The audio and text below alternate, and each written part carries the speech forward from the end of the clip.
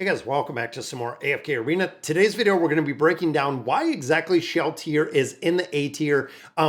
Did the tier list a little bit earlier today. A ton of questions on why this hero falls into the tier list that they do. Now, of course, remember the tier list is a utility tier list. So I want to break down overall where you're seeing this hero. And looking here, the event overview, this is the hero you want to get.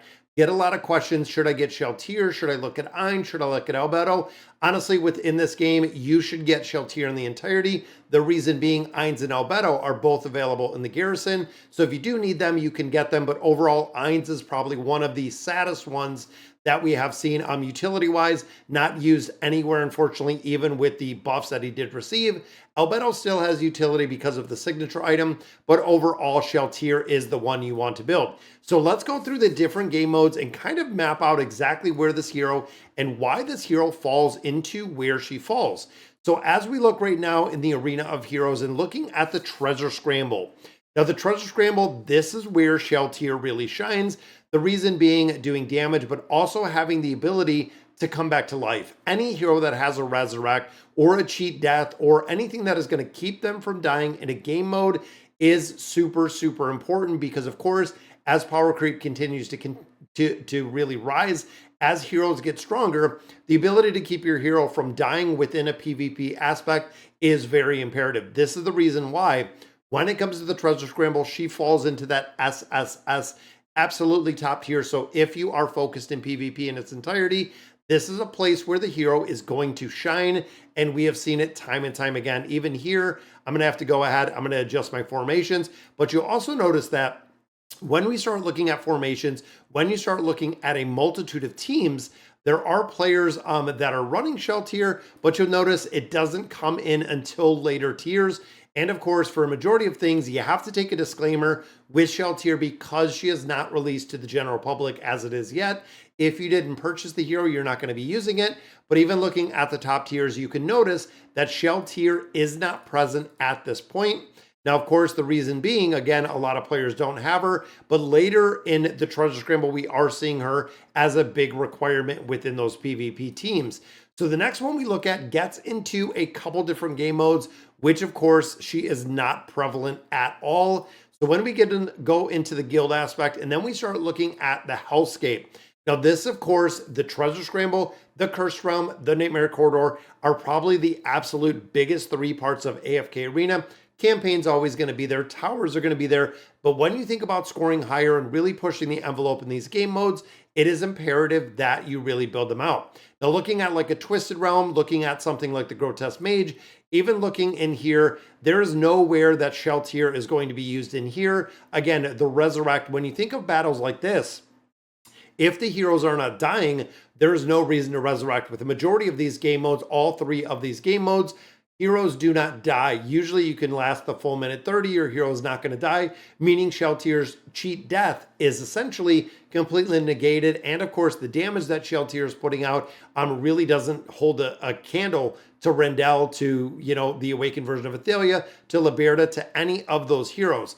Now, even thinking the Cursed Realm, it is the exact same. We are not seeing Shalltear in any of these formations, which again could be a little bit too early to see the hero. But when we start going through here, Shalltear is not putting out enough damage and not putting out enough damage fast enough to fall into these tier lists. Even going through all of these, Shalltear is not present within that list as well. So not present within the Twisted Realm. We're not seeing the hero within the Cursed Realm. And then again, in the Nightmare Corridor, we are seeing the exact same thing. Shalltear isn't present, or I haven't seen her in here yet, because again, this is a mode that is very heavy burst damage, doesn't require on utility or survivability of a hero, doesn't bring a lot of buffs to the team in general, which again is the reason why we do see the hero falling into a lower tier. Like I said, we put it into the A tier. So where is the hero doing very well? We're seeing the hero again, Treasure Scramble, doing very well. Dragon Isle is another place. Now, Dragon Forge Trials actually puts her into that A class. Building out here because, again, when you think of this game mode, the ability to cheat death is pretty big in this game mode. If you're having struggles in here, it is a very strong hero to go through and run the Dragon Forge. Definitely making a big difference in here and making progression in here. Shalltear can definitely be used. Then we get into the campaign. Earlier game, because you're very limited with heroes, Shalltear is falling into the S or the SS tier when it comes to campaign formations. The reason being the cheat death. When you start getting into higher levels, when you start getting into more difficult formations, she's relatively easy to get, considering you can just do the exchange for her. And overall, with utility that she does have and the ability to cheat death, campaign formations definitely a little bit higher when it comes to being built out. Now, of course, another thing utility-wise is we do not possess a dimensional tower. This is something we have talked about forever. So, of course, we give Shalltear in the utility tier list just a very baseline because, again, there is no dimensional tower. When you start thinking about utility and all of the heroes, a lot of heroes gain a lot of utility because they're in a multitude formations. When you start pushing forward or actually higher, within those faction towers, the Celestial Sanctum, the Infernal Fortress, a lot of players have a lot more utility within the towers, and some of them do not, which again, we are looking at utility in its entirety. And then, of course, the final one we look at in here is the Temple Rift. Now, for the Temple Rift, this is another place where Shalltear is in the very, very top in the SS tier when it comes to the Temple Rift.